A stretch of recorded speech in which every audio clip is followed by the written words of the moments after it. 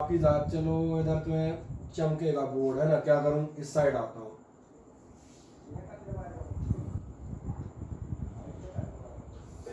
Packing fraction के लिए जो आपने ग्राफ बनाया था वो ग्राफ आपको ना था, जो आप पैकिंग फ्रैक्शन इस्तेमाल करते हैं मास नंबर्स के साथ, तो पैकिंग फ्रैक्शन का जो ग्राफ आता है वो आपका इस टाइप से कहीं चलो गलत थोड़ा गलत सलत बनाया लेकिन ठीक है चलेगा, जगह कम थी। ये बताता है कि आपका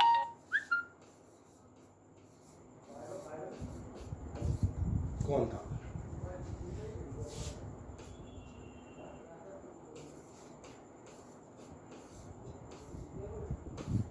इन दो जगहों को खास पॉइंट्स को देखें, ए लेस देन 16 और ए ग्रेटर देन 240। इन दोनों पॉइंट्स पे आपका पैकिंग फ्रैक्शन हो जाता है पॉजिटिव। इसका मतलब एक्चुअली में जो हम बात कर रहे थे कि जब आपके न्यूक्लियॉन्स मिलने के बाद आपके एक न्यूक्लियस फॉर्म करते हैं तो पैकिंग फ्रैक्शन का पॉजिटिव नेगेटिव होना क्या चीज़ बताता है, नेगेटिव होना ये बता रहा है कि आपका मास लॉस हुआ है, और मास लॉस हुआ है यानी एनर्जी के फॉर्म में निकल गया। आपकी एनर्जी है नेगेटिव, और अगर एनर्जी नेगेटिव है तो नेगेटिव एनर्जी क्या चीज़ शो कर रही है कि आपको इतनी ही एनर्जी इस बाउंड स्टेट को या इस स्टेबल स्टेट को ब्रेक करने के लिए लगेगी। तो जो बाउंड स्टेट या हम कहते हैं नेगेटिव स्टेट है वो स्टेट कौन सी, वो आप देखेंगे वो ये वाली स्टेट है। Atomic mass is 16 to nearly 240, और 240 के आगे आप देखोगे आपका बाइंडिंग जो एनर्जी आ रही है कैसी आ रही है, पॉजिटिव। यानी इसके आगे जो आपके न्यूक्लियस होंगे हैवी न्यूक्लियस कैसे होंगे, अनस्टेबल, आसानी से आप तोड़ सकते हैं। ऐसे देखो ये कहानी यहाँ भी मौजूद है। अगर आपका एटॉमिक नंबर लेस देन 16 है, और इन्हीं दोनों पार्ट्स के लिए हम दो तरह की आपकी न्यूक्लियर रिएक्शन पढ़ेंगे। इस पार्ट के लिए जो हैवी न्यूक्लियस वाला पार्ट है इसके लिए आप पढ़ेंगे फिजन, और जो ये छोटे वाले न्यूक्लियस हैं इनके लिए आप पढ़ते हो जाएंगे अभी, वो आप पढ़ेंगे फ्यूजन। ये मेरी बात समझ में आ जाती है, फिजन और फ्यूजन। अब फिजन क्या था, फिजन के बारे में चर्चा करोगे तो फिजन आपसे कहा जाता है, फिजन क्या चीज़ होगी कि अगर आपका कोई एक बड़ा न्यूक्लियस है और बड़े न्यूक्लियस में मैंने एग्जांपल लिया, फॉर एग्जांपल यूरेनियम 235, इस पर अगर आप एक स्लो न्यूट्रॉन बम्बार्ड करते हैं, ध्यान रखना कैसे न्यूट्रॉन की बात कर रहा हूँ, ये मैंने न्यूट्रॉन लिया स्लो। ये कलर देखने में आ रहा है कि नहीं आ रहा है, जरा चेक करो पहले तो, दिख रहा है सभी को? हाँ ना, बताओ जल्दी से। Yes sir. दिख रहा है, चलो ठीक है। तो मैंने कहा अगर आपका है, अगर एक स्लो न्यूट्रॉन बम्बार्ड करते हो तो क्या होगा, ध्यान देखना। ये जो आपका यूरेनियम 235 है, ये इस न्यूट्रॉन को एब्जॉर्ब करेगा तो एक इंटरमीडिएट आपका यूरेनियम का हैवी आइसोटोप फॉर्म होगा, हो जाएगा 236, 235 तो थे ही, एक और आ गया। जब एक और आ जाएगा तो इसके बाद ये बेचारा जो है ये दो पार्ट में ब्रेक हो जाएगा, और जिन जिन दो पार्ट में ब्रेक होगा उनमें से एक अभी लाइटली मैं लिख देता हूँ, एक होता है आपका बेरियम, एक होता है क्रिप्टॉन, और साथ में आपके निकलते हैं प्लस यानी कि एन एन और एन, तो हो गए कुल मिला के 3 एन। ये ऑन नहीं लिखा, 0 एन लिखा है, ठीक है। 3 न्यूट्रॉन निकलेंगे, और सबसे खास बात इसके साथ निकलती है, अब इनमें से हर एक स्टेप पे हम अलग अलग चर्चाएं करेंगे। जैसे हम ये डिस्क्राइब करेंगे स्लो न्यूट्रॉन क्या चीज़ है, दूसरा हम ये भी डिस्क्राइब करेंगे यूरेनियम 235 क्यों, 238 क्यों नहीं, इस पे हम बात करेंगे। हम इस पर भी बात करेंगे कि आपके जो दो पार्ट टूटे हैं उसके बाद 3 न्यूट्रॉन निकले हैं, ये 3 न्यूट्रॉन आगे जाके आपकी एक रिएक्शन फॉर्म करेंगे, चेन रिएक्शन। तो इस छोटे से फिगर के एक एक पार्ट को हम डिटेल में एनालाइज करेंगे। इसकी एनालिसिस अपन कल कर चुके हैं ना, तो इस पे ज्यादा बात करने की जरूरत नहीं है। एनर्जी तो मालूम है। In this process the mass of reactants और मास ऑफ प्रोडक्ट, इनमें हल्का सा डिफरेंस आएगा। Mass of product will be little bit lesser, और ये जो मास ऑफ प्रोडक्ट लेसर आएगा that is known as the mass defect, and that converts into the huge amount of energy according to Einstein's equation, और वो हो गई delta M C square. तो जो सबसे सस्ता एक्सप्लेनेशन था वो मैंने पहले कर दिया, तो ये तो एक्सप्लेन हो गया। अब बाकी एक एक चीज को हम एक्सप्लेन करते हुए जाएंगे, तो फिजन का एक रफ आइडिया आपको लग गया। अब इस रफ आइडिया के बेसिस पे आ जाए, थ्योरेटिकल टॉपिक है, बड़े मजे से समझते जाए। एक बार यहाँ सुन लें, एक बार वीडियो देख लीजिएगा, मैं आपको याद हो जाएगा। न्यूक्लियर फिजन आपसे जो कह रहा था, जो सामने मैंने दिखाया था न्यूक्लियर फिजन क्या है, nuclear fission is the process of splitting of a heavy nucleus. आपका कोई हैवी न्यूक्लियस यानी process of splitting of a heavy nucleus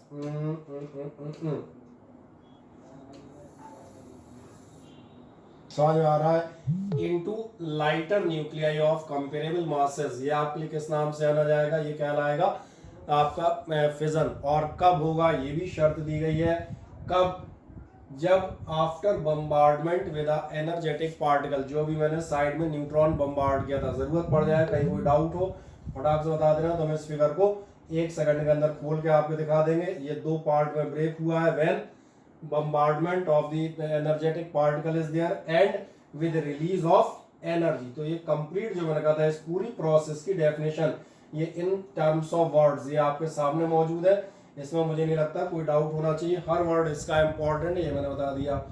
बाकी एक आध छोटी मोटी बात है, ऐतिहासिक बातें क्या होंगी, ऐतिहासिक बात ये रही आपकी phenomena of nuclear fission was discovered by scientist Otto Hahn and F. Strassmann। तो चलें आप याद रखते हैं तो अच्छी बात है, नहीं याद रखते हैं तो और अच्छी बात है ना। अब इसके बाद हम चलते हैं रिएक्शन पे। जो रिएक्शन मैंने फिगरेटिव दिखाई थी वो फिगर आप एक बार फिर चेक कर सकते हैं। फिगर आपका क्या चीज बताएगा, फिगर बताएगा ये आपका एक स्लो न्यूट्रॉन, और मैंने कहा था इसके एक एक वर्ड पे हम चर्चा करेंगे। व्हाई द स्लो न्यूट्रॉन, इस पर हम बात करेंगे। ये आपका टकराता है आकर, किससे आके टकरा रहा है, ये आपका टकरा रहा है आके यूरेनियम 235 से। तो फिर सवाल बनेगा व्हाई द 235, इस पर भी हम चर्चा करेंगे, दूसरा क्वेश्चन मार्क होगा हमारा। देन आपसे बताया जाएगा एक इंटरमीडिएट न्यूक्लियस बनेगा। इंटरमीडिएट न्यूक्लियस कौन सा बनेगा, 35+1 यानी कि 236। और इसके बाद ये बेचारा 2 पार्ट में ब्रेक हो जाएगा। एक पार्ट ग्रीन वाला आपका होगा बेरियम, और रेड वाला मैंने लिखा है क्रिप्टॉन, ठीक। और साथ में आपकी क्या चीज निकल रही है, आप देखना आपके 3 छोटे छोटे पार्टिकल और निकल के आए। ये कोई पार्टिकल नहीं है, वही है जिनसे हमने स्टार्ट किया था, इनका नाम लिख देता हूं, ये है न्यूट्रॉन। और प्लस मैंने कहा था रिलीज ऑफ एनर्जी। तो ये फिगरेटिव हो गया, किसी ने कहा ऐसे नहीं, एक अच्छे से केमिस्ट्री वाली इक्वेशन लिख के दिखाओ तो वो भी मिल जाएगी। एंड आई होप पढ़ने में आ रही है, जरा देखो पढ़ने में आ रही क्या इक्वेशन, चलो जरा चेक करो। आ रही पढ़ने में, वही 92U235 + 0N1, ये रहे क्या बना 236 वाला इंटरमीडिएट। और क्या लिख दिया, ये है बेचारा अनस्टेबल, और बदले में हमें क्या मिला। अब ये रिएक्शन बस ऐसी है कि इसमें थोड़ा याद रखना 56 141, क्योंकि अब कुछ चीजें यार याद भी रखनी पड़ती हैं, ऐसा थोड़ा ना। और क्या होगा, क्रिप्टॉन 3692 + 3 न्यूट्रॉन, और साथ में मिलेगा आपको क्यू बोले तो हीट या एनर्जी, ठीक। ये कहानी आपको क्लियर हो जाती है, बढ़िया। अब हम फुर्ती से इसके बाद बढ़ते हैं आगे की तरफ, और आगे बढ़ेंगे तो नेक्स्ट जो आपकी चीज बताई जाएगी उस पर हम चर्चा कर लेते हैं। इस रिएक्शन से जुड़े हुए कुछ की पॉइंट्स। पहला की पॉइंट जो छोटे मोटे ऑब्जेक्टिव्स है ऐसे एग्जामिनेशंस के लिए काम आ जाएगा, वो क्या होगा, the energy released in U235 fission. किसी भी U235 फिजन में आपकी कितनी एनर्जी होती है, ये लगभग होती है, कहा जाए 200 MeV। टोटल एनर्जी कितनी निकलती है आपकी, तकरीबन 200 MeV के आसपास। और या फिर अगर आप पर न्यूक्लियॉन में जाएंगे तो पर न्यूक्लियॉन में कितनी आएगी, 0.8 MeV पर न्यूक्लियॉन समझ में आ रहा है, एक न्यूक्लियॉन के हिस्से में लगभग इतनी आएगी जो उसमें पार्टिसिपेट कर रहे हैं। तो 0.8 छोड़िएगा, ये याद रखिएगा, ये जनरली ज्यादा काम में आती है कि एक यूरेनियम से आपके 235 से कितना एनर्जी मिल जाता है हमें, ये मिलता है 200 MeV। और अंदाज लग रहा होगा 235 में 200 मिली है, यानी एक को 1 इलेक्ट्रॉन वोल्ट नहीं मिलेगी, थोड़ा सा कम मिलेगी, इतना डायरेक्ट अंदाज मिल जाता है। देखो ना 235 न्यूक्लियॉन्स के हिस्से में कितनी आ रही है 200, एक के हिस्से में कितनी आई, थोड़ी सी कम, और थोड़ी सी कम एग्जैक्ट कैलकुलेट कर दोगे तो 0.8 MeV पर न्यूक्लियॉन, इसमें कोई डाउट नहीं। अगला by fission of uranium 235 on average आपके कितने न्यूट्रॉन निकलते हैं, तो याद रखिएगा लगभग 2.5। I explain it again, last round में इसमें छोटा सा डाउट था, 2.5 न्यूट्रॉन्स एवरेज। ये एवरेज है, जैसे क्लोरीन का एटॉमिक मास 35.5 फ्रैक्शनल मास होता ही नहीं है, ये एवरेज है। ऐसे मैंने कहा 2.5 कभी नहीं निकलेंगे, ये तमाम सारी रिएक्शंस का ऑन एवरेज है कि लगभग इतना निकलेगा। तो ये पहली बात ध्यान रखिएगा। इसलिए इसमें जो मेन वर्ड है जो आपको ध्यान रखना है कभी कि ये जो हम कह रहे हैं भैया 2.5, तो इसका मतलब आपके लिए क्या होगा, इसका मतलब आपके लिए होगा एवरेज। ओके, ये न्यूट्रॉन्स किस नाम से आने आते हैं, ये कहलाते हैं फास्ट न्यूट्रॉन्स। जब आप फास्ट न्यूट्रॉन्स की बात करते हैं तो मैं यहाँ पर एक चीज़ आपको याद दिलाना पसंद करूंगा, और जो चीज़ याद दिलाना पसंद करूंगा वो ये होगी कि जब आप न्यूट्रॉन्स पढ़ रहे थे तो आपने न्यूट्रॉन्स माने थे दो टाइप के, या आपने शुरुआत में ही माने थे। न्यूट्रॉन्स आपके कौन से होते हैं, न्यूट्रॉन्स आपके होते हैं फास्ट न्यूट्रॉन्स और एक होते हैं आपके स्लो न्यूट्रॉन्स। स्लो न्यूट्रॉन्स में आपके वेरी स्लो यानी के थर्मल न्यूट्रॉन्स भी आते हैं। स्लो और हम कहते स्लो मतलब स्लो का मतलब समझ आ रहा होगा। थर्मल याद दिला देता हूँ, थर्मल न्यूट्रॉन्स कौन से थे, वाह, ऐसे पढ़ाने का आनंद ही कुछ और है। ठीक है, चाय पीते पीते पढ़ाऊंगा, मांगना नहीं कोई भी। ठीक है, ऑनलाइन चाय की कोई व्यवस्था नहीं है, सिर्फ पढ़ाई हो सकती है। तो मैं जो बात कर रहा था थर्मल न्यूट्रॉन्स कौन से थे याद दिलाता हूँ। मैंने आपसे पढ़ाए थे एक मॉडरेटर, अभी ये नाम दोबारा आएगा इसलिए रिमेम्बर करा दिया। मॉडरेटर का था paraffin wax, heavy water, graphite, ये ऐसे एलिमेंट्स हैं, ये ऐसे सब्सटेंसेज हैं कि अगर आपके फास्ट न्यूट्रॉन्स हैं, उन पे जाता हूँ, जब इनको हम क्रॉस कराते हैं तो ये न्यूट्रॉन्स उनके मॉलिक्यूल्स से कोलाइड करते हैं। इस कॉलिजन में फास्ट न्यूट्रॉन की एनर्जी हीट एनर्जी में कन्वर्ट होती है और अपनी हीट किसको देते हैं, मीडियम को। तो ऐसे न्यूट्रॉन्स कहलाते हैं थर्मल न्यूट्रॉन्स। इनकी एनर्जी याद रखोगे। स्लो का क्राइटेरिया कहाँ से लग जाता है, स्लो का क्राइटेरिया यहाँ से लग जाएगा अगर न्यूट्रॉन की एनर्जी कितनी हो, लगभग 1 इलेक्ट्रॉन वोल्ट हो तो ये स्लो हो गया।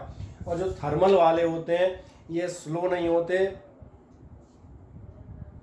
ये तो स्नेल होते हैं। स्नेल माने किसी को मालूम है, जल्दी बताओ, स्नेल माने किसी को मालूम है कि नहीं मालूम? Yes sir.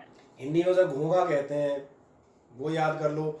घोंघा क्या होता है, बिल्कुल ध्यान दिया, धीरे धीरे धीरे धीरे बेचारा खिसक खिसक के चलता है।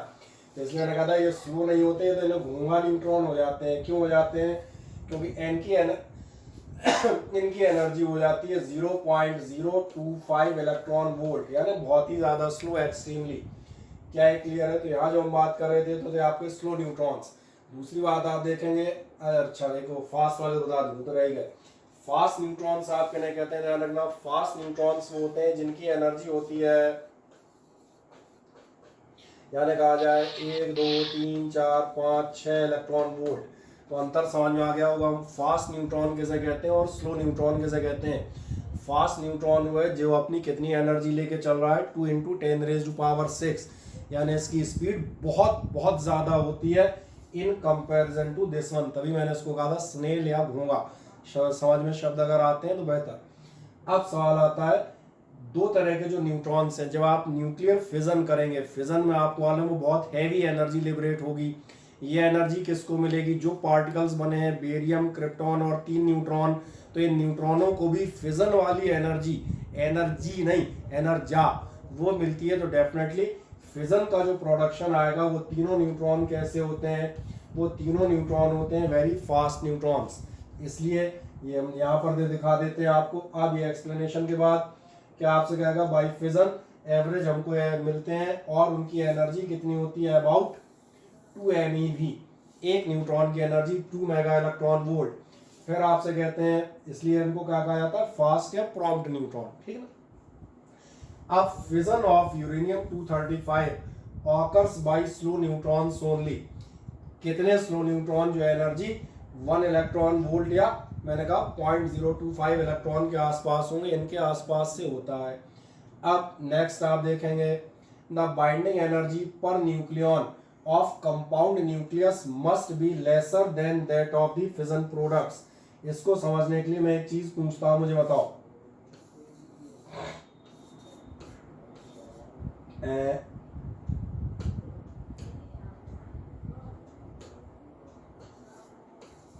ये यूरेनियम 236 और ये आपके बेरियम क्रिप्टॉन। सिंपल सवाल का जवाब देना, कंसेप्चुअल सवाल है, कोई मैथमेटिकल नहीं। मैं यहाँ पर ही पूछता हूँ, यूरेनियम और बेरियम क्रिप्टॉन ये दोनों, इनमें से किसकी बाइंडिंग एनर्जी ज्यादा होगी, किसकी बाइंडिंग एनर्जी कम होगी? बताओ सोच के 1 सेकंड में, और क्यों समेत बताना, अंदाजन नहीं।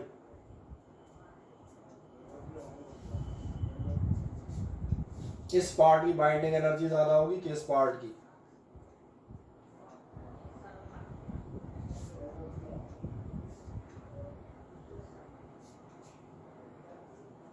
अरे किसी का जवाब नहीं आ रहा। देखो यार कौन कौन अटेंड में, सब सो गए क्या बेचारे? अनमोल सिंह तो था शायद। और कौन था? और कोई बोला ही नहीं था। चलो अनुष्का सिंह,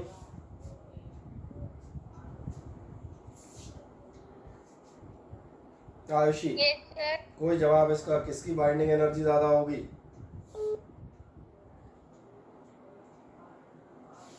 सर नहीं पता। नहीं पता, कोई बात नहीं। चलो ये गेस्ट की जगह जीव मेस्ट। चलो भाई जीव मेस्ट यानी कि कुशाग्र शर्मा, बताओ।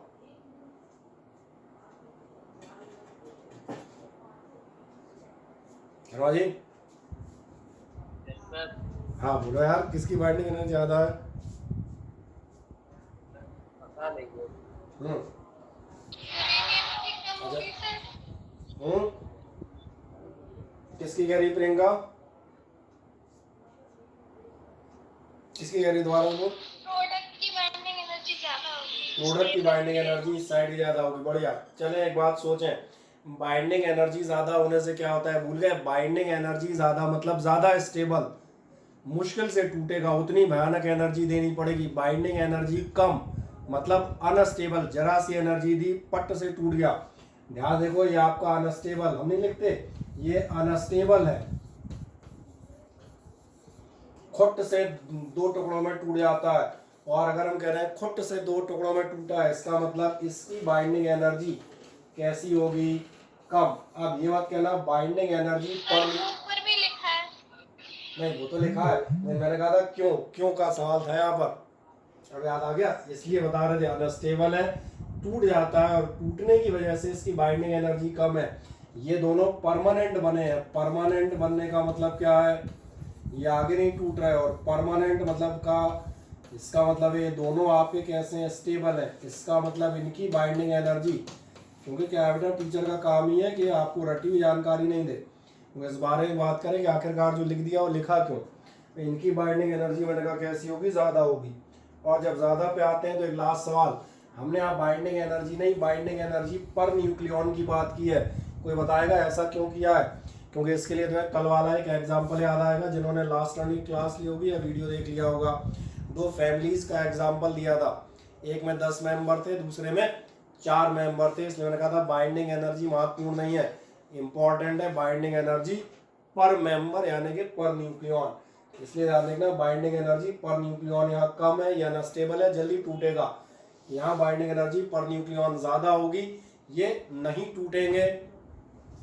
समझ में आ गया? ये स्टेबल होंगे। ये समझ में आता है।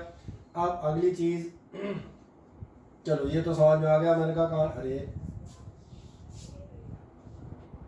नेक्स्ट आप जाएंगे इसके बाद, इसमें कुछ छूट गया क्या अपना? ये छूट गया ना। अब आते हैं अपन, सवाल आता है theory of nuclear fission. Nuclear fission की थ्योरी क्या है? और न्यूक्लियर फिजन की थ्योरी पे बात करते हैं। इसको भी पहले एक और समझाता हूँ, तब थ्योरी हम फुर्ती से पढ़ेंगे। न्यूक्लियर फिजन की थ्योरी से पहले बात करता हूँ, अगर कभी आपने जो है लिक्विड की ड्रॉप का टूटना देखा हो तो, और कैसे टूटती है कोई लिक्विड ड्रॉप, एक्चुअली ये जो मॉडल है ध्यान देखना, नील्स बोर का मॉडल और व्हीलर का मॉडल कहलाता है। किसी भी न्यूक्लियस के लिए ये मॉडल कहलाता है लिक्विड ड्रॉप मॉडल। हम ये मान के चलते हैं कि आपके न्यूक्लियस जो है एक लिक्विड की ड्रॉप की तरह काम करता है। जैसे कि लिक्विड की ड्रॉप में तमाम सारे मॉलिक्यूल्स और एटम्स होते हैं, और लिक्विड ड्रॉप में ध्यान देखना सबसे खास बात होती है, लिक्विड ड्रॉप में होता है सरफेस टेंशन। किसी को याद है सरफेस टेंशन क्या क्या भला होती थी?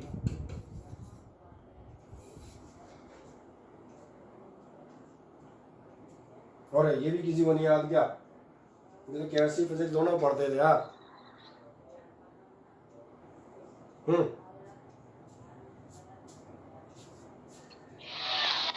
हम्म सरफेस टेंशन आपको ध्यान आएगा, वो फोर्स होता था जो सरफेस से इनवर्ट लगता था और आपकी किसी भी ड्रॉप को स्फेरिकल बना के रखता था। ये एग्जांपल दिया जाता था, the force which keeps the drop shape of the drops spherical. हम याद आते हैं। तो सरफेस टेंशन की जब हम बात करते हैं, इसमें क्या करता है, सरफेस टेंशन इसको बना के रखता है स्फेरिकल, यानी जोड़े रखेगा। ठीक, अब ऐसे ही ध्यान देखना, किसी भी मैंने कहा था न्यूक्लियस है, न्यूक्लियस में आपका ध्यान जाएगा, न्यूक्लियस में क्या होगा, न्यूक्लियस में जैसे सरफेस टेंशन था, इसके बजाय न्यूक्लियस में आपके होते हैं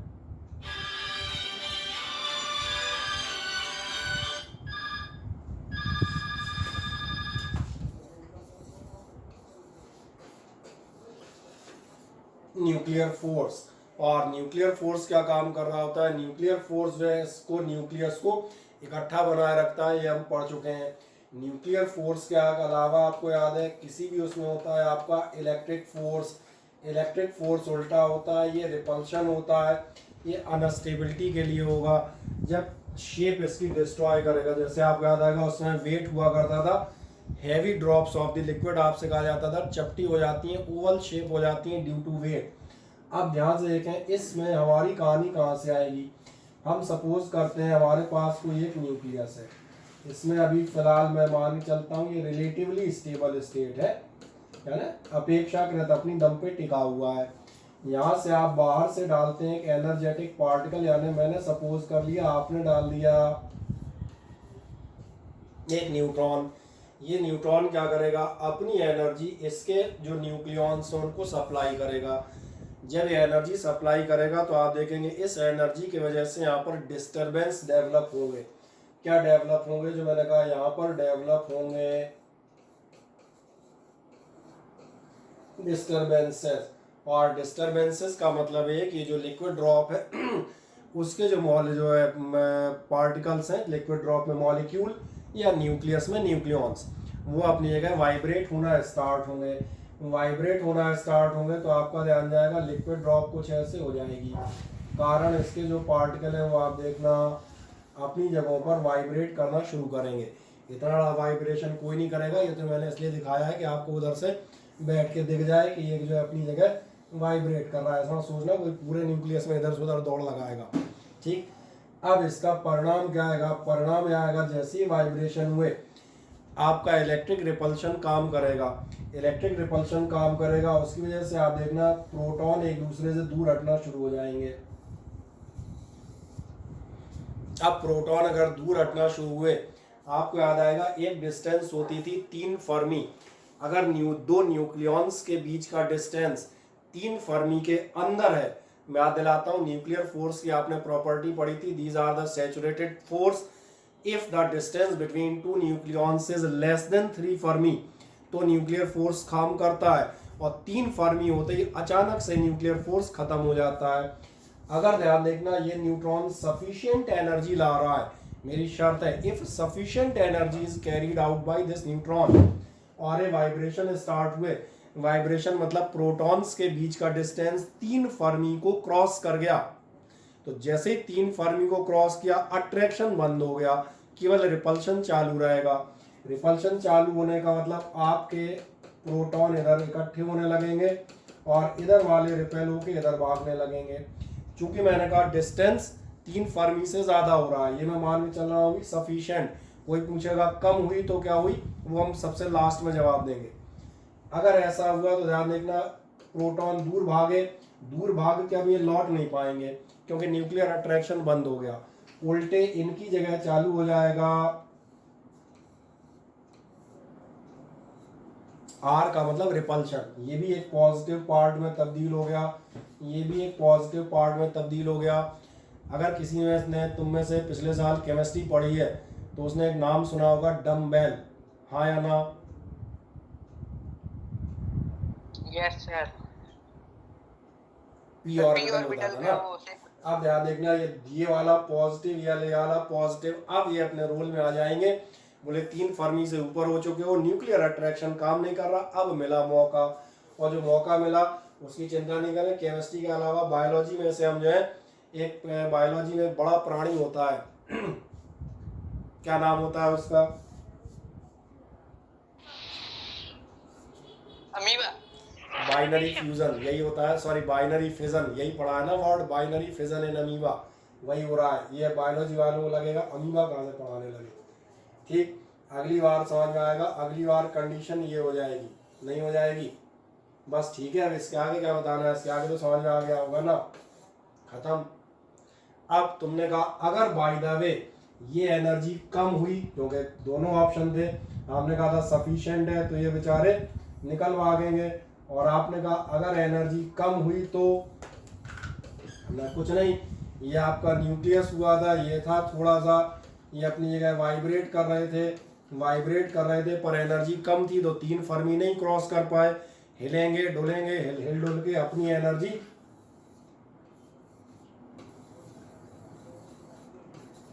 रेडिएट कर देंगे और रेडिएट करके वापस हो जाएंगे, बस खत्म। ये अपनी आप कहते हैं ये छोटा मोटा आंधी तूफान सरी का मामला हो जाएगा। न्यूट्रॉन आया, हलचल मची, जो भी हलचल मची वो एनर्जी के फॉर्म में बाहर फेंक के वापस स्टेबल हो गए। तो बताओ ये मॉडल समझ में आता है या नहीं? हाँ या ना बताओ, बोर्ड पर लगभग पूरा पड़ा हुआ है, फुर्ती से बोलो, कोई डाउट हो तो मुझे बताओ। नहीं यूरेनियम से ही कराते हैं क्या फिजन? है? यूरेनियम से ही कराते हैं फिजन? नहीं, ये कईयों में हो सकता है, हम जिसको लेते हैं वो जनरली हम ऐसा लेते हैं जो सबसे आसानी से सबसे फायदेमंद होगा। फिजन आप कई में कर सकते हैं, कईयों में, लेकिन मैंने कहा हम कौन सा जो हम एक्चुअली हम इसका इस्तेमाल करेंगे आगे न्यूक्लियर रिएक्टर और बॉम्ब में, तो हम कौन सा लेंगे? सस्ता, सुंदर और टिकाऊ। सस्ता, सुंदर, टिकाऊ मतलब आसानी से अवेलेबल हो, ईजिली हो जाता हो। जैसे आपको याद होगा फोटो इलेक्ट्रिक इफेक्ट था या थर्मियोनिक एमिशन था, मेटल्स को गर्म करो इलेक्ट्रॉन निकलते हैं, पर मैंने आपसे कहा था आप टंगस्टन लीजिएगा। क्यों टंगस्टन? क्योंकि हमारी रिक्वायरमेंट्स पे अच्छा उतरता है, बाकियों से भी हो सकता है बट इट इज़ परफेक्ट, इसलिए मैंने कहा इसलिए यूरेनियम, ऐसा कोई जरूरी नहीं यूरेनियम ही लेंगे। हाँ बस ये फायदा चाहिए तो यूरेनियम लेंगे, बस। तो आ जाओ, अब हम इस कहानी को यहाँ पर पढ़ते हैं, जहाँ डाउट उभरेगा वहाँ इसी फिगर को फिर रेफर कर देंगे। थोड़ा नीचे कर लूँ, है ना। Nuclear fission was explained bye Niels Bohr and J wheeler on the basis of liquid drop model of nucleus. According to the liquid drop model, the nucleus is treated as a drop of incompressible electrically charged nuclear liquid. इस model के हिसाब से क्या है कि ये आपका जो न्यूक्लियस है वो किस तरह से लिक्विड ड्रॉप की तरह है। कैसी लिक्विड ड्रॉप? बोले क्या भरा है इसमें? तो इलेक्ट्रिकली चार्ज न्यूक्लियर लिक्विड की तरह हमने मान लिया ये भरा हुआ है। जैसे लिक्विड में मॉलिक्यूल भरे होते हैं, बोले इसमें इसको न्यूक्लियर लिक्विड मान लो। फिर क्या होगा? There are 2 forces in the nucleus. कौन कौन से? पहला nuclear force just like surface tension, जो इकट्ठा रखेगा, स्फेरिकल शेप देगा, इसलिए सरफेस टेंशन पूछा था। Nuclear force just like the surface tension in a liquid drop and the Coulomb's repulsive force. Repulsive उल्टा है, ये ब्रेक करने की कोशिश करेगा, तोड़ने की कोशिश करेगा। फिर कहता है nuclear force tends to keep the spherical shape of the nucleus. On the other hand Coulomb's repulsive force tends to destroy the spherical shape of the nucleus. The shape of the nucleus remains spherical. क्यों remains spherical? उसका कारण आपको मालूम है, जिनको नहीं याद हो उनको मैं फिर बता देता हूँ। ये तो याद है आपका, न्यूक्लियर फोर्स इलेक्ट्रिक फोर्स के कंपैरिजन में लगभग 100 गुना ज्यादा होता था। The nucleus remains spherical as long as nuclear force balances the Coulomb's repulsive force। जब तक ये बैलेंस करता रहेगा तब तक आपका न्यूक्लियस बढ़िया है, टिका रहेगा। लेकिन परंतु में क्या आएंगे आप? परंतु में आप यहाँ आ जाएंगे when the nucleus is bombarded with a neutron। जब आप इसे न्यूट्रॉन से बम्बार्डेड करेंगे, न्यूट्रॉन इज कैप्चर्ड, यही कहा था U236 बन जाता है, कैप्चर करेगा, एनर्जी देगा, हलचल शुरू आए। This provides an excitation energy to the nucleus. बस अब वर्ड टेक्निकल ले लेंगे, ठीक है ना। इसको क्या कहेंगे अपन? It provide the excitation energy. The excitation energy favours the Coulomb repulsive force and tends to distort the spherical shape of the nucleus. क्या काम करती है, न्यूक्लियस के स्फेरिकल शेप को डिस्टॉर्ट करती है। रिजल्ट ऑसिलेशंस आर, हम वाइब्रेशंस कह रहे थे, ऑसिलेशन हो गया, कोई दिक्कत नहीं, are set up within the nucleus whose shape goes on deforming, deform करो, ultimately the shape of the nucleus becomes like अ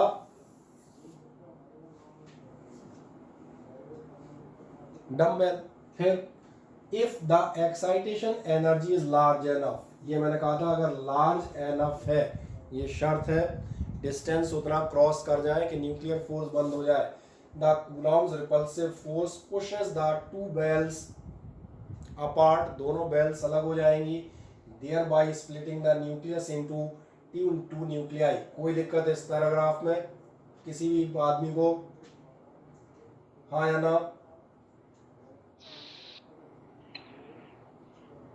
नहीं, ठीक, चेंज कर दें इसको। अब अगली चीज पे जाते हैं। अगर फिर भी मान चलो कम रह गया तो उसका भी जवाब मौजूद है। However, if the excitation energy is not enough, अगर कम रह गई तो उसका भी इलाज बता दिया था ना, कम रहेगी तो निकल जाएगी। तो क्या होगा, the nucleus simply emits energy in the form of gamma rays, energy को क्या करता है, गामा रेज के फॉर्म में निकाल बाहर करता है। देख लें, ये मैं दिखा रहा था आपको, यहाँ पे मैंने कहा था अगर कम रह जाएगी तो क्या करेंगे, एच न्यू फोटॉन्स के फॉर्म में बाहर निकाल देंगे और वापस अपनी जगह स्थिर हो जाएंगे। अब ये प्रोसेस क्लियर कट समझ में आती है सबको? आ जाओ, बस बचा कुचा पार्ट हम पढ़ लेते हैं दोबारा से। और बचा कुचा पार्ट क्या आपसे कहेगा, gamma rays equal to the excitation energy and the surface tension like nuclear force restores the spherical shape of the nucleus. इस प्रोसेस को हम फिजन नहीं कहते, इसका भी नाम याद रखिएगा, यह कहलाता है रेडिएटिव कैप्चर। रेडिएटिव कैप्चर की हिंदी अनुवाद बता देता हूँ। कैप्चर किया था कुछ, कैप्चर माने समझ में आता है कब्जा करना, और उसके बाद आपने क्या किया, रेडिएशंस निकाल दिए। तो जो आपका फिजन है, फिजन का छोटा भाई कौन सा रूप है, वो कहलाता है रेडिएटिव कैप्चर। आओ पर हम फिजन की बात करेंगे, जो अपना सिलेबस फिजन पे है। फिजन अपना ये रहा, फिजन का फिगर तुमको दिखना चाहिए। अगर तुम बिल्कुल मजे से तुम्हें स्क्रीन नजर आ रही है तो इधर से एक छोटू सा न्यूट्रॉन आ रहा है, इस न्यूट्रॉन को मैं थोड़ा रंग बिरंगा कर देता हूँ। ये आया न्यूट्रॉन, अब तो दिखेगा। और न्यूट्रॉन किस पे आया है, तो ये जो मुर्गी का अंडा रखा है, ये यूरेनियम 235। जब इस पे आएगा तो ध्यान देखना, ये ऑसिलेशन स्टार्ट हुए, दिख रहा होगा, ओवल शेप हो गया। ऑसिलेशंस के साथ मैंने कहा था दो प्रोबेबिलिटी, अगर कम खींचा तो एनर्जी रेडिएट करके वापस आ जाएंगे, पर वो एक उससे अपना लेना देना नहीं है। हम इस पे जाएंगे, ये डिस्टेंस ज़्यादा बढ़ गया, एक पॉजिटिव चार्ज आप देखेंगे, प्रोटॉन इधर है, चार्ज इधर एक्यूमुलेट होगा, यहाँ पर आपका रिपल्शन ज़्यादा हो जाएगा। रिजल्ट ये गया, और उसके बाद ही कहानी तो मालूम ही है। अब कोई डाउट किसी को? चले नहीं, बढ़िया आए तो फिर इसके बाद बढ़ जाते हैं हम आगे लगभग। अब जो मैंने कहा था एक एक चीज की हम बात करेंगे चेन रिएक्शन की। तो सबसे पहले बताता हूँ यहाँ पर चेन रिएक्शन, है ना। चेन रिएक्शन क्या हो, हाँ सर, जब ये डबल टेबल जब बना था टेम्पल शेप, तब उस समय इलेक्ट्रॉन का क्या हुआ था? किसका? इलेक्ट्रॉन का। इलेक्ट्रॉन कहाँ थे? इलेक्ट्रॉन तो बाहर अपने अपने उसमें घूम रहे थे घरों में। तो सर डबल शेप जब बनेगा तो पूरे प्रोटॉन पार्टिकल अलग अलग होंगे उससे, तो सर पूरी स्टेबिलिटी तो बेकार हो जाएगी ना पूरे एटम की। नहीं, तो जब डंबल बनेगा तो भैया डंबल टूटने के बाद स्टेबिलिटी ऑफ एटम खत्म हो गई ना। स्टेबल कहाँ रहा एटम? आपका एटम ओरिजिनल यूरेनियम का था, और एटम हो गए एक बेरियम और एक क्रिप्टॉन, स्टेबल कहाँ रहा? स्टेबिलिटी तो ब्रेक हो गई। हमने कहा ये आपका यूरेनियम 236 कैसा है? अनस्टेबल। अनस्टेबल का मतलब ही है दो अलग अलग पार्ट में गया, यूरेनियम खत्म, यूरेनियम का तो अस्तित्व समाप्त। तुम कहोगे कहाँ था यूरेनियम? मिलेगा ही नहीं। कौन मिलेंगे? बेरियम और क्रिप्टॉन। अनस्टेबल ही होगा, आप सही कह रहे हैं, अनस्टेबल ही वर्ड तो हम भी ले रहे हैं। नहीं आया समझ में? आगे सर नहीं, कुछ और पूछ रहे हो? जो मुझे समझ में आया वो मैंने आंसर दिया, कुछ और लग रहा हो तो दोबारा पूछ लेना। इलेक्ट्रॉन अलग ले गया। हाँ वो तो हो गई, एक बात आओ। बेरियम अपने अलग ले गया, क्रिप्टन अलग। नहीं, अपने अपने नहीं ले गए। जो ओरिजिनल यूरेनियम था, ध्यान देखें, ये न्यूक्लियस क्या होता है, पॉजिटिव चार्ज होता है। इसको ऐसे समझें, अगर मान के चले, चलो बाकी सबको छोड़ो, अनमोल को ले लेता हूँ, उसके बड़े भाई के बारे में मालूम है। अनमोल और अभिषेक 2 भाई हैं। मान चलो खुदा ना खास्ता, मान लो, मानने में क्या बुराई है, सपोज करो आज से 10 साल बाद दोनों की शादियां हो जाए और फिर दोनों की बीवियों में लड़ाई हो जाए, तो उसके बाद क्या होगा, उसके बाद क्या होगा, दोनों होंगे अलग अलग, बोले हम अलग तुम अलग, बंटवारा। तो बंटवारे का ध्यान देखना, जब ये बटेंगे एक चीज अपने आप चली जाएगी, बोले ये मोटरसाइकिल हमारी थी, बोले ये टीवी हमारी थी। ये ध्यान देखना, ऐसा क्यों हो जाएगा। ओरिजिनल यूरेनियम 236 पास इलेक्ट्रॉन्स थे। यूरेनियम जो आपने 2 पॉजिटिव न्यूक्लियस तोड़े, दोनों पॉजिटिव पार्ट है, इलेक्ट्रॉन तो अट्रैक्ट कर ही ले जाएंगे ना अपने साथ साथ। हाँ, अब जो जितना बड़ा चार्ज होगा, ये भी समझ में आ रहा, जिसमें मान चलो 100 पॉजिटिव चार्ज है, वो 100 इलेक्ट्रॉन खींच ले जाएगा, और जिसमें 50 पॉजिटिव चार्ज है, वो 50 इलेक्ट्रॉन खींच ले जाएगा। अपने आप देखना, इलेक्ट्रॉन्स का डिस्ट्रीब्यूशन तो अपने आप ही हो लेगा। अब ये क्लियर हो जाता है। न्यूक्लियस ब्रेक होते ही इलेक्ट्रॉन्स तो अपने आप ही बेचारे डिस्ट्रीब्यूट हो जाएंगे, वो इलेक्ट्रॉन्स कहीं नहीं जाते। Electrons are tightly bound with the nucleus. जैसे आपके घर का जो सामान है वो टाइटली बाउंड है आपसे, अगर आप सेपरेट हो लिए तो सामान तो अपने आप आपके पीछे पीछे चला जाएगा। चलो भाई, बोले कहाँ चलना है, सही कहा ना मैंने। अब जो हम क्या बता रहे थे, हाँ, अब मैं बताने जा रहा था चेन रिएक्शन। बढ़िया, चेन रिएक्शन क्या है उसको ध्यान देखें। हम मान के चलते हैं ये अपने पास एक यूरेनियम, और ये यूरेनियम कौन से कलर का बन गया बेचारा, इसको इससे बना। इस यूरेनियम पे आप देखना कितने न्यूट्रॉन आते हैं। इस यूरेनियम पे टकराया एक न्यूट्रॉन, रिजल्ट क्या आएगा ध्यान देखना। मैं बेरियम क्रिप्टॉन की बात नहीं कर रहा, वो तो निकल ही जाएंगे। बेरियम क्रिप्टॉन निकलने के अलावा ध्यान देखना, यहाँ से निकलेंगे 3 न्यूट्रॉन,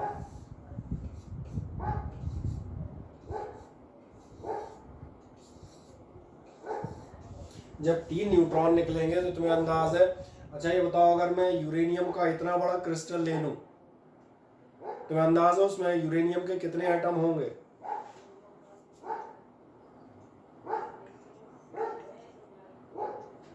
तो मास पे डिपेंड करेगा, हैं? सर वो तो मास पे डिपेंड करेगा कितना मास का है। अरे इतना बड़ा कहता रहा हूँ, इतना बड़ा, लगभग मोटा आइडिया नहीं रहा। अरे अंदाज लगा यार, इतना बड़ा यूरेनियम बिलियंस होंगे, सही कह रहे हैं। मैं बता देता हूँ, आप बिलियंस कह रहे हैं, आपका अंदाज गलत है। आओ मैं दिखाता हूँ। मैंने कहा इतना बड़ा यूरेनियम, मुझे लगता है इतना बड़ा यूरेनियम पाव भर का यूरेनियम तो होगा, है ना। हिंदी में बात कर रहे हैं, पाव भर मतलब 250 ग्राम। कितना यूरेनियम होगा अपने पास, यूरेनियम होगा लगभग 250 ग्राम पाव भर का टुकड़ा। और ये जो यूरेनियम का पाव भर का टुकड़ा है, यूरेनियम का मास होता है 235। अब भी नहीं किसी को समझ में आया, इसका मतलब इसमें, हाँ,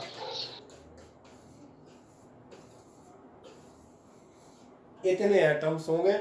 इसलिए अब हम जो चर्चा करने आ रहे हैं उसमें ये मत पूछना कि एटम कहाँ से आएंगे। मैंने कहा इतने हैं कि आते ही रहेंगे, उनकी चिंता छोड़ो कहाँ से आएंगे। तभी मैंने कहा था बिलियंस, आप सही कह रहे हैं, पर बिलियंस, बिलियन मतलब बिलियन, कितनी छोटी बात कर रहे हो, बिलियन इतने से 10⁻23 की बात कर रहे हैं हम। तो अगर ध्यान देखना, ये यूरेनियम था तो इसके साथ ये 3 न्यूट्रॉन निकले, गड़बड़ हो जाएगी। जो 3 न्यूट्रॉन निकले ये 3 पड़ोसी यूरेनियम से टकराएंगे,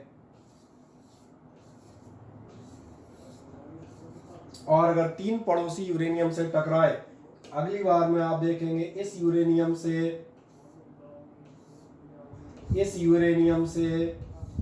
और इस यूरेनियम से, नहीं आया समझ में, 3 इससे निकलेंगे, 3 इससे निकलेंगे, 3 इससे निकलेंगे, और अगर इनसे 3 निकले तो फिर अगली कहानी, एक ये यूरेनियम से टकराएगा, एक ये टकराएगा, एक ये टकराएगा। अब मुझे बताएं कितनों को चेन रिएक्शन वर्ड का मतलब थोड़ा सा समझ में आता है, बताओ। यस सर, आ गया होगा मेरा अंदाज है। एक्चुअली जो आपकी रिएक्शन है, ध्यान देखना, ये जो रिएक्शन है हर स्टेज के बाद, अगर थोड़ा सा मैथमेटिकल लैंग्वेज में बोले, जीपी बन जाएगी, ज्योमेट्रिकल प्रोग्रेशन स्टाइल में चलेगी। 1 9, 27, 81, 243, उसके आगे में नहीं आता। इस स्टाइल में कहीं ना कहीं आपकी बढ़ती हुई जाएगी। और अगर ये बढ़ रही है तो आप देखें हर बार रेट ऑफ रिएक्शन बढ़ता जा रहा है, यानी आपकी रिएक्शन हो जाएगी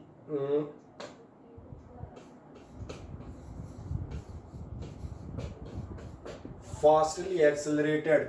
और यहाँ से एक वर्ड और बताता हूँ, अगर ये रिएक्शन बहुत ज़्यादा एक्सेलरेट कर गई, जो मैं कह रहा था एटम्स की चिंता मत करना, ढेर भर रखे हैं, तो यहाँ पर इसको हम कहेंगे अनकंट्रोल्ड चेन रिएक्शन। और इस अनकंट्रोल्ड चेन रिएक्शन का एक ही रिजल्ट आएगा, और वो रिजल्ट हमने यहाँ पर लिख दिया है। हाँ, यही होगा। और 2 बार हमने इसे झेला भी है। बताओ 2 बार मनुष्यता ने इसे कब झेला है? सही कह रहे हैं। 6 अगस्त 1945 Hiroshima, and then after 3 days 9 अगस्त नागासाकी। ये यही है। बाकी इसका यूज हम चाहें इस रिएक्शन को कंट्रोल कर सकते हैं, वो भी मैं बताऊंगा कैसे कंट्रोल कर सकते हैं। तो फिर आप उसकी हेल्प से बना सकते हैं न्यूक्लियर रिएक्टर, यानी कि न्यूक्लियर एनर्जी का प्रोडक्शन। तो अब एक सवाल है, इस चेन रिएक्शन में प्रॉब्लम क्या आएगी वो भी मैं बताऊंगा। पहले तो चेन रिएक्शन आपको समझ में आ जाती, मैं इस पर था। तो चलो चेन रिएक्शन की डेफिनेशन पढ़ लेते हैं। मजा आता है, मेरे पास इतना बड़ा बोर्ड हो गया है कि मुझे ये नहीं समझ आता कहाँ कहाँ लिखूं। इन न्यूक्लियर फ्यूजन आपसे क्या कहते हुए जा रहा है, 3 neutrons are produced along with the release of large energy. Under favourable conditions these neutrons can cause further fission of other nuclei, और आगे न्यूक्लियाई का फिजन कर सकते हैं।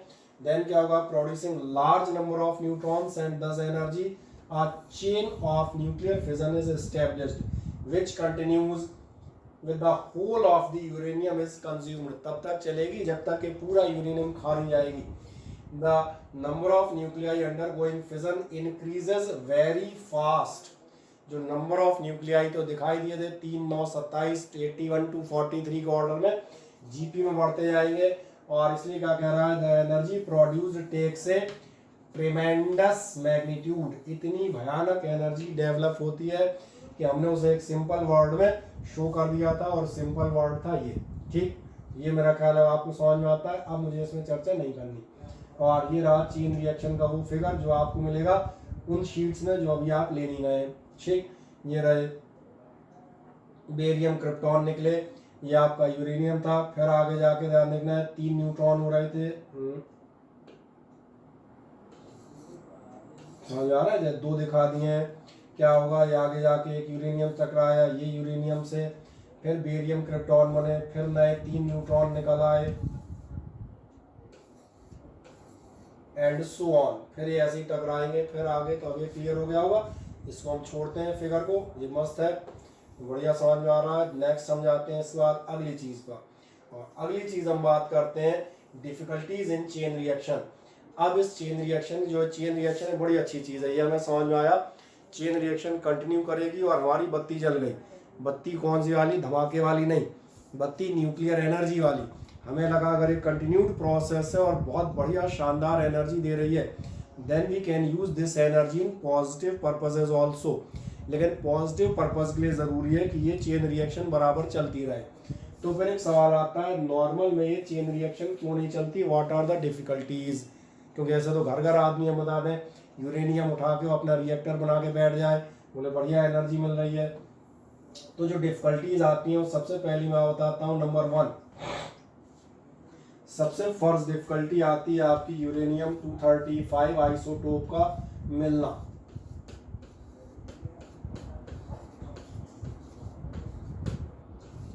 क्योंकि मैं आपको एक सिंपल सी बात बताता हूँ, अपने यहाँ एक स्टेट है बिहार, और बिहार में आप देखेंगे बिहार में जो है वो जादूगुड़ा माइंस हैं, और बिहार की जादूगुड़ा माइंस में यूरेनियम मिलता है, यूरेनियम आपका मौजूद है आपके पास। माइंस में क्या है, यूरेनियम।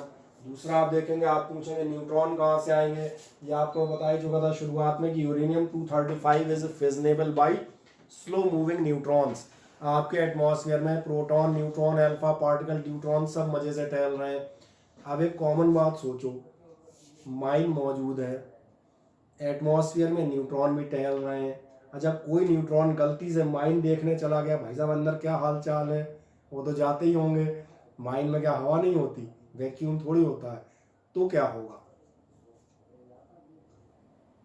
और सवाल ये ऐसा होता क्यों नहीं है, समझ में आ रही मेरी बात। ये यहाँ पर एक ब्लास्ट क्यों नहीं होता, इस ब्लास्ट का रीजन ये बताएंगे। जो मैंने आपसे कहा U-235 का मिलना, जो नेचुरली ऑकरिंग यूरेनियम है उसमें आप देखेंगे यूरेनियम का 238 आइसोटोप जो कैसा होता है, स्टेबल, और इतना स्टेबल होता है कि ये केवल और केवल फास्ट न्यूट्रॉन्स से ही आपका फिजनेबल है। और मैं फिर याद दिलाऊं, फास्ट न्यूट्रॉन मतलब जिनकी एनर्जी थी 2 × इसलिए मेगा नहीं लिख रहा, मैं सिंपल लिख रहा हूं ये।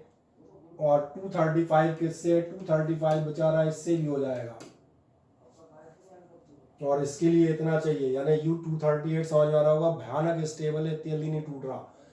नॉर्मल यूरेनियम में आप देखेंगे क्या होता है, यूरेनियम 238 होता है और 235 होता है सिर्फ और सिर्फ, मतलब समझ में आ रहा है, अगर इतना बड़ा पीस यूरेनियम का उठाओगे उसमें U-235 कहाँ है, तुम्हें मिलेगा ही नहीं, दिखेगा ही नहीं कहाँ है। अब मान चलो एक आध न्यूट्रॉन टकराया भी, पहली बात तो तुम मैथ्स में पढ़ चुके हो, प्रोबेबिलिटी, इस बात की प्रोबेबिलिटी केवल 0.7% है कि उसे कोई U-235 मिलेगा। अच्छा चलो तुमने कहा नहीं सर वो 0.7% वाली प्रोबेबिलिटी भी पूरी हो गई और बाहर से जो न्यूट्रॉन आ रहा था वो पूरा ढेर छोड़ के छांट के यूरेनियम 235 से ही टकराया, तब तो फिजन होगा। मैंने कहा होगा, हो जान दो, एक का ही तो होगा, उसके बाद 3 कहाँ लाओगे, उसे अगले 3 नहीं मिलेंगे, तो यहाँ चेन रिएक्शन आपकी स्टेब्लिश नहीं होती है, ये पहली चीज आती है। और इसीलिए अगर आपको न्यूक्लियर रिएक्टर में चेन रिएक्शन चाहिए तो आपको करना पड़ता है प्यूरिफिकेशन। ये वर्ड आपने केमिस्ट्री में सुना होगा जब आप पढ़ते हैं मेटलर्जी, मेटलर्जी पढ़ी है, इनऑर्गेनिक केमिस्ट्री की नहीं पढ़ी। सर इस साल तो अभी पढ़ी नहीं है। अरे पिछले साल तो पढ़ी होगी, इस साल तो तुम नहीं पढ़ रहे, हमें ही मालूम है। Enrichment of ores, enrichment ores ये आप देखेंगे 10th में भी तो आता है। सिंपल चीज़ें बताई जाती हैं, ओर की हाइड्रोलिक वॉशिंग करते हैं, फ्रॉथ फ्लोटेशन मेथड लगाते हैं, क्या करते हैं जो उसमें गंदगी गंदगी है उसको हटाते हैं, प्योर ओर की परसेंटेज बढ़ाते हैं। तो आप देखेंगे यहाँ पर अपन करते हैं एनरिचमेंट ऑफ ओर, तो अपन इस वर्ड को ओर लिख दिया, एक्चुअली मैंने आपसे बात करते करते हमें लिखना था एनरिचमेंट ऑफ, यहाँ ओर नहीं, यहाँ मैं बात करूंगा यूरेनियम 235। आप क्या करते हैं, स्पेशल टेक्निक्स से इस ओर को साफ करते हैं, इस ढंग से प्योरीफाई करते हैं, रिफाइनमेंट करते हैं कि आपका U-235 का परसेंटेज बढ़ जाएगा, तो उसमें चेन रिएक्शन होने की संभावनाएं जिंदा हो जाएंगी। अदरवाइज इसमें इस परसेंटेज के साथ, किस परसेंटेज के साथ, इस परसेंटेज के साथ आपकी चेन रिएक्शन नहीं होने वाली, आपको भी समझ में आ गया होगा। आए देखें, ये पहला ड्रॉबैक था जो हम पे जाते हैं, क्या कह रहा है, number 1 absorption of neutrons by 92 U-238। ये कहता है the major part in natural uranium, जो नेचुरल मिल रहा है, is the isotope 238 99.3%। The isotope 235 is very little, बहुत कम है। It is found that 238 fissionable with fast neutrons having energy of the order of 1 mega electron volt, इस order की energy से ही हो सकता है, ये मिलेंगे नहीं। And more while neutrons having low energy are absorbed by it। छोटे मोटे मरगिल्ले न्यूट्रॉनों को क्या करेगा, U-238 एब्जॉर्ब कर जाता है। इसलिए मैंने कहा था जो बाहर से न्यूट्रॉन आएगा या तो डायरेक्ट एब्जॉर्ब भी हो जाएगा, और खुदा ना खास्ता छांट कर ढूंढ के U-235 की खोपड़ी पे गिरा, उसका फिजन भी हो गया, तो जो 3 न्यूट्रॉन मिलेंगे वो भी बेचारे एब्जॉर्ब हो जाएंगे, क्योंकि आसपास में तो 238 ही मिल रहा है ना, 235 तो बहुत कम है। क्या है, समझ में आ गया। इसलिए कहता है so chain reaction can not be sustained, इसलिए आपकी चेन रिएक्शन सस्टेन नहीं करेगी, ये पहला था। अब आगे आते हैं, वेयर एवर U-235 कहता है fissionable with slow neutrons due to the large percentage, जो हम बात करते हैं वही आपको लिखा हुआ है, कुछ खास नहीं। परसेंटेज ऑफ U-238 थोड़ा नीचे करें, there is more possibility of collision of neutrons with U-238। मैंने कहा प्रोबेबिलिटी इसकी ज्यादा है, these neutrons get slowed on colliding with U-238. As a result of it, further fission of U-238 is not possible. क्योंकि फिर कारण याद दिला दें, slow neutrons are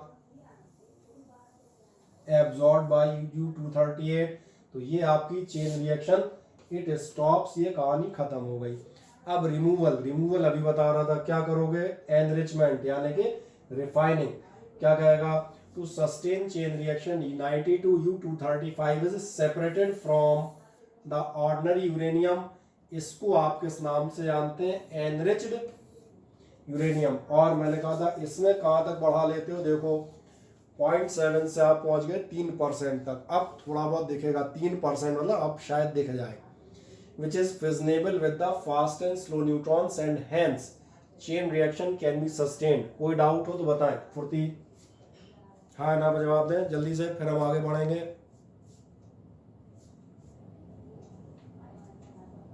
अरे बाल को कुछ तो बोलो यार. No sir.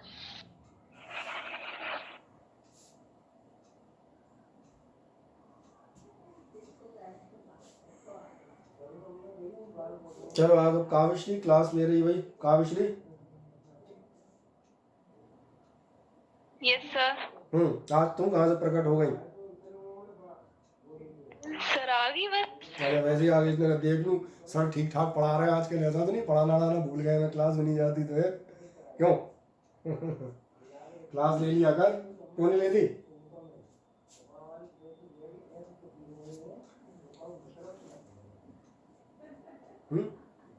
बेचारे को आदत है, नो नेट की प्रॉब्लम बनी रहती है मुझे लगता है.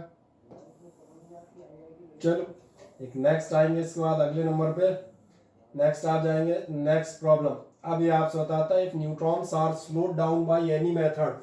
अगर आप न्यूट्रॉन्स को स्लो डाउन कर देते हैं किसी भी मेथड से, और मेथड आपको बताए थे मॉडरेटर, दोबारा बता याद दिला दूं, तो क्या कर रहा है? An energy of this much, कितनी एनर्जी तक? 0.3 तक. then the probability of their absorption by 238 becomes very low. और क्या करेंगे? while the probability fission of this by them becomes high. और इतने स्लो न्यूट्रॉन करोगे तो अब प्रोबेबिलिटी बढ़ रही है. This job is done by, अब तो पढ़ने में आ गया होगा, मॉडरेटर. ये नाम पहले बता चुके हैं, ग्रेफाइट, हैवी वाटर. एक और नाम याद दिला देता हूँ, और ये नाम था पैराफिन वैक्स. चलो बढ़िया, गुड. अब एक नेक्स्ट जाते हैं. अगला क्या कहेगा? अगला है क्रिटिकल साइज. क्रिटिकल साइज क्या होगी इस पे हम चर्चा करते हैं. बहुत ध्यान से देखो, हम मान के चलते हैं कि आपका यूरेनियम का कोई टुकड़ा है, चलो इसी में या इतने में अपन काम चला लेंगे, इतनी जगह अपने लिए बहुत है.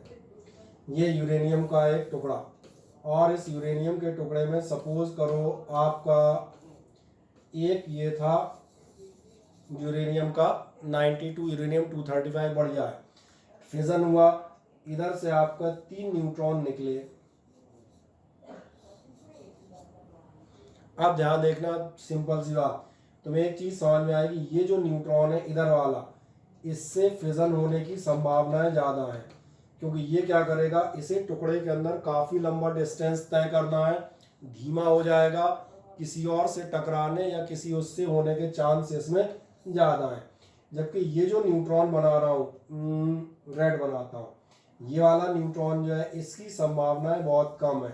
कारण ये बिल्कुल कोने में, ध्यान देखना, जब तक तुम सोचोगे क्या होगा तब तक निकल के बाहर खड़ा हो जाएगा, मोले में बाहर आ गया, काय का फिजन. इससे तो एक चीज समझ में आएगी, आपको समझ में आएगी, अगर यूरेनियम का फिजन करना है तो साइज थोड़ा बड़ी होनी चाहिए. बड़ी साइज होगी तो न्यूट्रॉन उसके अंदर चलेंगे तो स्लो डाउन भी हो जाएंगे, संभावना उनके टकराने, एब्जॉर्ब होने की बढ़ेगी. और अगर छोटा सा रखोगे, तुमने जरा सी गोली रख दी न्यूट्रॉन की, एक्सप्लोड हुए, और एक्सप्लोड होते ही तीनों बाहर खड़े हो गए.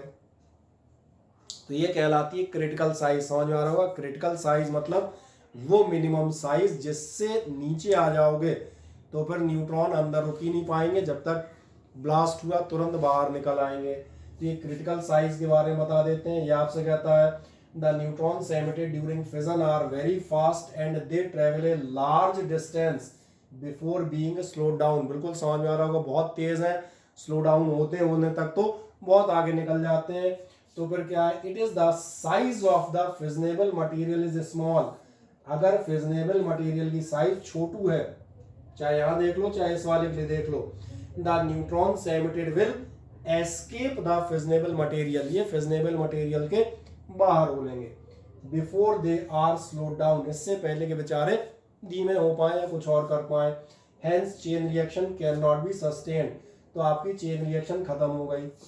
ये भी समझ में आ गया होगा, आई होप सो। इसीलिए आप देखेंगे यहाँ पर आता है रिमूवल, आप एक पर्टिकुलर साइज रखेंगे। ये कहता है the size of the fissionable material should be large, बड़ी होनी चाहिए किससे, देन अ क्रिटिकल साइज, एक पर्टिकुलर क्रिटिकल साइज से। The chain reaction once started will remain steady, accelerate or retard depending on a factor called neutron reproduction factor। Neutron reproduction मतलब समझ में आ रहा होगा, पहली बार बने वो प्रोडक्शन, उसके बाद जो दोबारा 3 9 27 हो रहे हैं वो रिप्रोडक्शन। अब ध्यान देखना, रिप्रोडक्शन फैक्टर ज्यादा हो सकता है, कम हो सकता है। 3 से 9 27 हो रहे हैं मतलब फैक्टर बढ़ रहा है।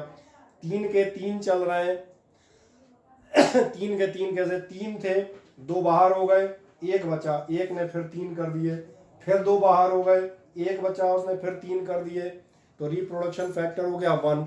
अच्छा उल्टा हो सकता है, पहली बार 3 थे, अगली बार 2 ही रह गए, 2 कैसे रह गए, बाहर निकल गए बाकी। तो तीनों चीजें हो सकती हैं, चेन धीमी भी हो सकती है, बराबर भी चल सकती है और फास्ट भी हो सकती है।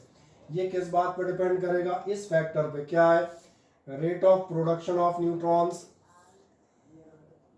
न्यूट्रॉन कितनी तेजी से आपके क्रिस्टल में मतलब उसमें बन रहे हैं पीस में, और rate of loss of neutron, और कितने न्यूट्रॉन पीस से बाहर भागते जा रहे हैं। जैसे ये है, एक तो रेट ऑफ प्रोडक्शन, कितनी तेजी से आपके बन रहे हैं यहाँ पर, और इनमें से कितने ये लॉस में गिने जाएंगे, बोले भैया ये लॉस हो गए, कितने बचे। क्या ये फैक्टर समझ में आता है, हाँ या ना, एक बार देखें आराम से।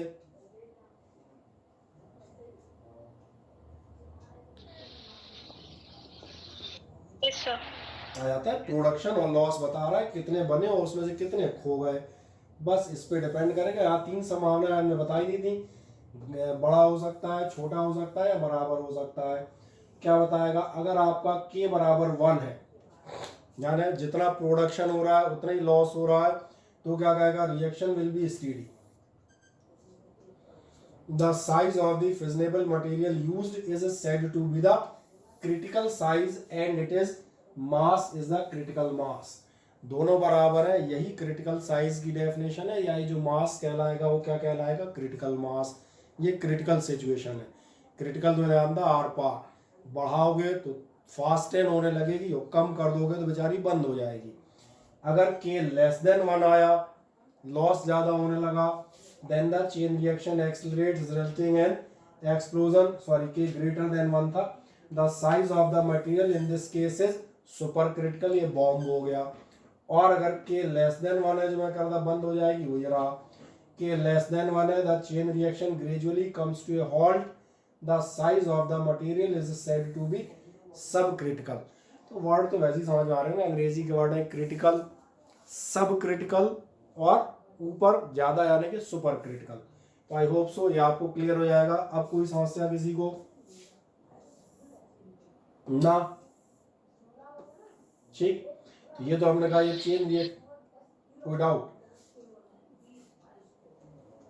No sir. ठीक, अब इस बात बता दूं, अब इसमें कुछ नहीं बचा है, 15-20 मिनट का कार्यक्रम और बचा है, तो एक क्लास में इसको खत्म कर लेंगे। इसमें जो छोटी चीज बची है मैं बता दूं, आज थोड़ा तुम्हें कम लेंगे क्योंकि कोई गेस्ट हमारे बैठे हैं तो उनसे ही मिल लें। एक आपका बच रहा है इसमें, जो आपकी रिएक्शन थी उसके अकॉर्डिंग जो मैं बात कर रहा था, और इसलिए कहा था जरा शीट ले जाओ या PDF भेज दिया उससे ही पढ़ लो। न्यूक्लियर रिएक्टर एक बार घर पे भी पढ़ा जा सकता है, बहुत सिंपल सी चीज़ है। और एक बता देंगे, ये 10th में पढ़ रखा है तुमने,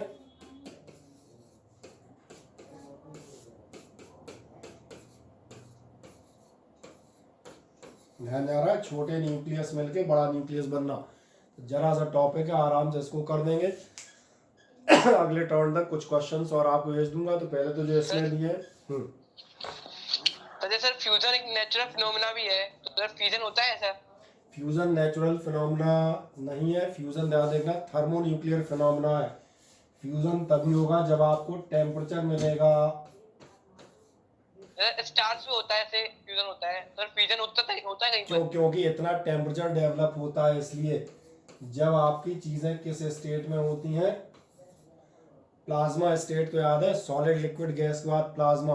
यस सर। हाई टेम्परेचर पे इलेक्ट्रॉन अपने अपने ये न्यूक्लियस छोड़ के मजे लेने जब भाग जाते हैं तो that is called electron cloud. Nucleus भी आपका लूज हो जाएगा और इलेक्ट्रॉन तो क्लाउड सरीके हवा में तैरते ही नजर आएंगे, that is called plasma state. इस पर हम चर्चा करें, कोई दिक्कत नहीं, आप एक बार पढ़ लो शीट से, आप पीडीएफ भी आप पढ़ सकते हैं, इजी दिया है। और जिनको हम कहते हैं पीडीएफ पढ़ने मजा नहीं आ रहा, वो यहाँ से शीट ले आ सकते हैं, तो उससे पढ़ लें। 15 से 20 मिनट लगेंगे, दोनों चीज़ें हम खड़ाखट बता देंगे। कुछ क्वेश्चंस आपके बोर्ड एग्जामिनेशन के वो करा देंगे, और कुछ क्वेश्चंस आपके करा देंगे जो आपके पिछले साल के आईपीएमटी, नीट और इन सब एग्जामिनेशंस में आए। तो 31-35 वो क्वेश्चन है, उनकी शीट मैंने शायद इसके साथ नहीं डाली क्योंकि असाइनमेंट अलग से था, उसको डाल देंगे। और या फिर एक काम करते हैं ना, आज क्या है, फ्राइडे है ना, तो फिर तुम्हारे लिए एक बुरी बात बताते हैं। अच्छा, बुरी घोषणा क्या हो सकती है? बुरे वाल को संडे क्लास। संडे क्लास नहीं, उससे भी बुरी बात। हाँ, संडे को इसी का एक टेस्ट रखेंगे, ठीक है। ज्यादा है तो न्यूक्लियर रिएक्टर के क्वेश्चन नहीं पूछेंगे, एक आध पूछ भी लेंगे तो थोड़ा सा पढ़ लेना। न्यूक्लियर रिएक्टर में से 10 मिनट समझा देंगे। न्यूक्लियर रिएक्टर में पूरे रिएक्टर को पढ़ने के बाद शायद एक आध पिद्दीज a doubt and nothing else. Tenth वाले पढ़ते हैं यार, 10th वालों को पढ़ाता हूँ। इसको एक काम करो, एक ऑब्जेक्टिव टेस्ट दे दो संडे को शाम के, ठीक है, ताकि आपका एक थ्योरेटिकल टॉपिक है एक बार अच्छे तैयार हो जाए।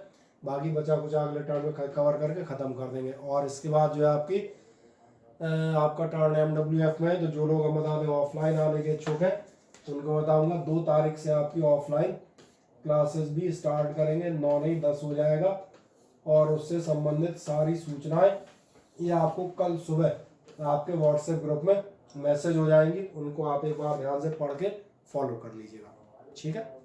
चलिए।